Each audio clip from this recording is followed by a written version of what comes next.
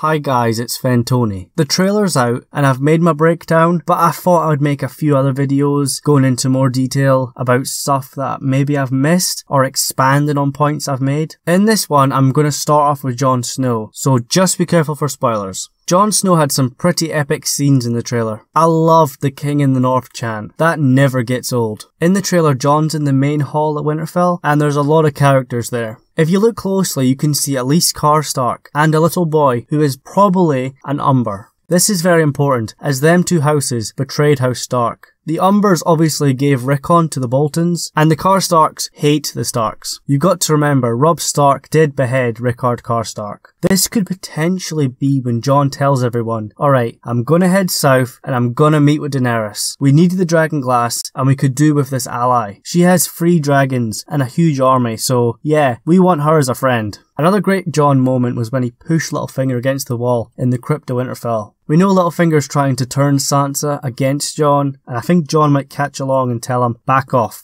But this could potentially be before Jon leaves for Dragonstone. And when Jon's gone, Littlefinger will surely make his move on Sansa. We never seen this in the trailer, but Jon's gonna head down to Dragonstone and meet up with Daenerys, try to convince her to fight alongside him against the White Walkers, and it is predicted that she'll tell him, we need proof. This is when Jon's gonna head north and then go beyond the wall to bring a white to Cersei and Daenerys and tell them, the White Walkers are real, help me out. At first, I wasn't too keen on the idea of Jon going north to find a white. It seems a bit silly, but now I've seen it on the trailer, it looks pretty epic. It's kinda similar to when Alistair Thorne was sent down to King's Landing with the White's hand. He was told to show it to Joffrey, but of course because the White was dead, the hand kind of decayed, and there was no proof that the White Walkers existed. But if they want to bring a live White back, that's gonna be a suicide mission. Jon's meant to have his own team to go beyond the wall, and in the trailer we've seen 12 people make a formation. I don't know who the 12 people are, and they might not be all main characters, but it is going to be fun to see who's there. There was a character with a warhammer, and we know Gendry's coming back with a warhammer, so